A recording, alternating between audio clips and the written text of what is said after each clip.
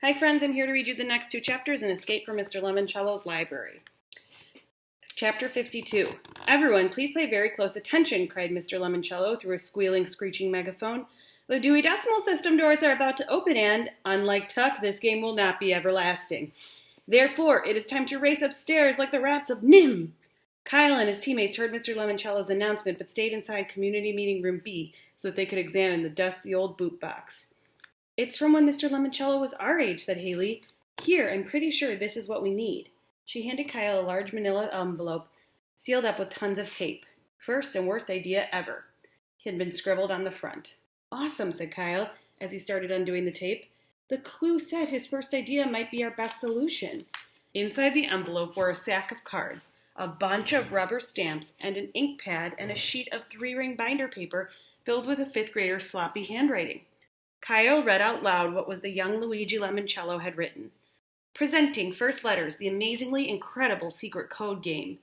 Haley held up some of the cards. Each one showed a cartoony drawing and a single letter. Apple equals A, B equals B, carrot equals C, and so on.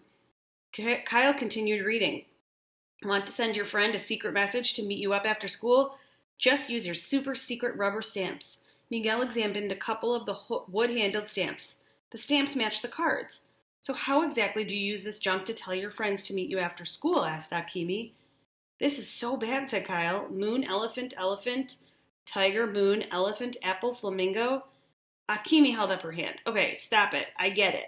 Maybe it was for little kids, said Sierra. Definitely, said Kyle, because anybody over the age of 6 could crack this code in like 10 seconds. And then he froze. This is it. He went to the wall with a list of library cards.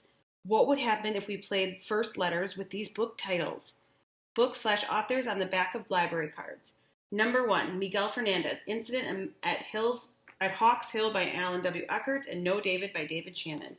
Number 2, Akimi Hughes, One Fish, Red Fish, Two Fish, Blue Fish, Run Fish, Two Fish, Red Fish, Blue Fish by Dr. Seuss, /9 Stories by J.D. Salinger. Number 3, Andrew Puckelman, 6 Days of the Condor by James Grady, 8 Cousins by Louisa May Alcott. Number 4, Bridget Wadge, Tales of a Fourth Grade Nothing by Judy Blume /Harry Potter and the Sorcerer's Stone by J.K. Rowling. Number 5, Sierra Russell, The Egypt Game by Zilpha Keatley Snyder, and The Westing Game by Ellen Raskin. Number 6, Yasmin Smith Snyder, Around the World in 80 Days by Jules Verne /The Yak Who Yelled Yuck by Carol Pugliano Martin. Number 7, Sean Keegan, Olivia by Ian Falconer, and /Unreal by Paul Jennings. Number 8, Haley Daly, Turtle in Paradise by Jennifer L. Holm, and A Wrinkle in Time by Madeleine L'Engle. Number 9, Rose Vermette, All of a Kind Family by Sidney Taylor, Scott by Carl Hyacin. Number 10, Kayla Corson, Anna to the Infinite Power by Mildred Ames, and Where the Sidewalk Ends by Shelfa Silverstein. Number 11, Unknown Charles Chiltington. Number 12, Kyle Keeley, I Love You, Stinky Face by Lisa McCourt, and The Napping House by Audrey Wood. Okay, said Miguel, moving to a clean space on the wall. Here are the first letters in all those titles.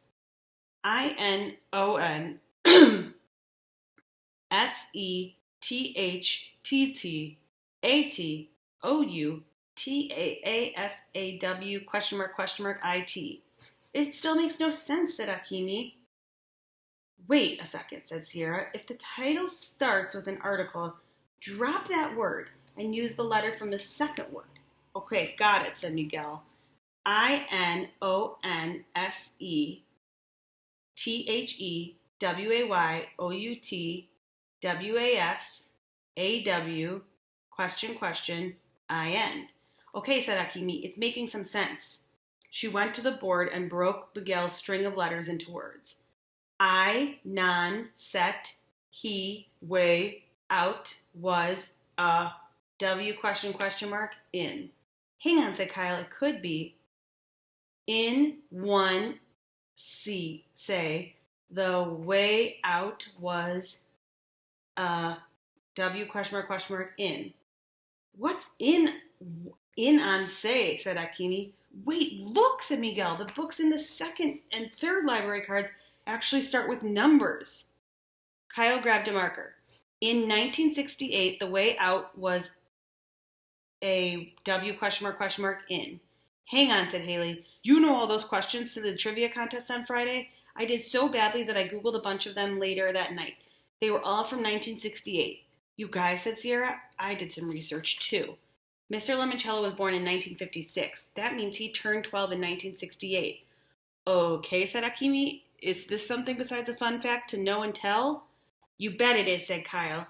1968 is a key, and we don't need Charles's library card to finish this phrase. He went to the whiteboard. In 1968, the way out was a way in. So what happened in 1968, said Haley. Was that when Charlie and the Chocolate Factory came out, said Miguel. No, said Sierra, 1964. So what's up with the candy clue from the art and artifacts room? We messed up, said Akimi. We need to go back and find a new rhyme for Andy. Really, said Haley? I thought he got kicked out for cheating. Another long story, said Miguel. For later, said Kyle. Right now we need to be on the 3rd floor. Chapter 53. Back in the arts and artifacts room, Kyle felt confident that they were pretty close to figuring out, well, whatever it was that they were supposed to figure out. How it would help them escape from the library was still anybody's guess. It's 10:44, said Akimi. The last clue should pop up on the Wonder Dome in 16 minutes. Okay, you guys, said Kyle. Spread out. We need a new rhyme for Andy. This model of the bank building came in handy, added Miguel. The Dandy Bandits, shouted Akimi, once again studying the display of hats. Yes, said Haley, pulling off her shoe so that she could show everybody her clue card.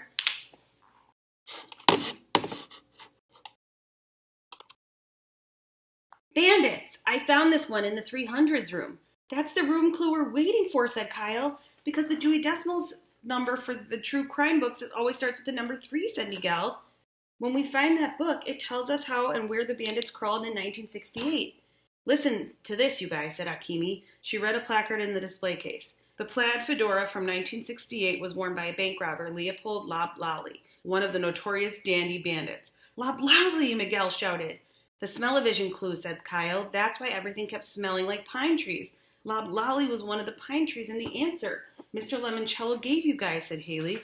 Whoop, whoop, whoop, said Mr. Lemoncello as Banana Shoes squeaking. He stepped into the room. Well done, Miss Daly and Miss Hughes. See, said Akimi, I was right from the first time we came in here. I said dandy and everybody else said no, candy, Willy Wonka. Yes, it's all coming back to me, said Mr. Lemoncello. In 1968, I was pondering an idea for a game at the old public library. And, said Kyle, you were so totally focused that you didn't hear the police sirens screaming past the library as they raced to the Gold Leaf Bank. The Blackbird was from Alexandriaville, said Sierra. The police siren wail was from that day. Miguel finished the thought. When the dandy bandits tried to crawl into the bank. My goodness, said Mr. Lemoncello. How could you all know that? From the game clue, said Kyle, and from the story that the Dr. Zinchenko told us on Friday night when somebody asked her why a library building needed a bank vault door. She was already feeding us clues, said Akimi. The time is now 11 a.m., announced the ceiling lady. This game will end in 1 hour. Come on, said Kyle, heading for the door. It's the 11th hour. We need to go check out the Wonder Dome again. They raced to the balcony. There it is, said Sierra. 364.1092, shouted Miguel. Woohoo, cried Akimi. We're going to win.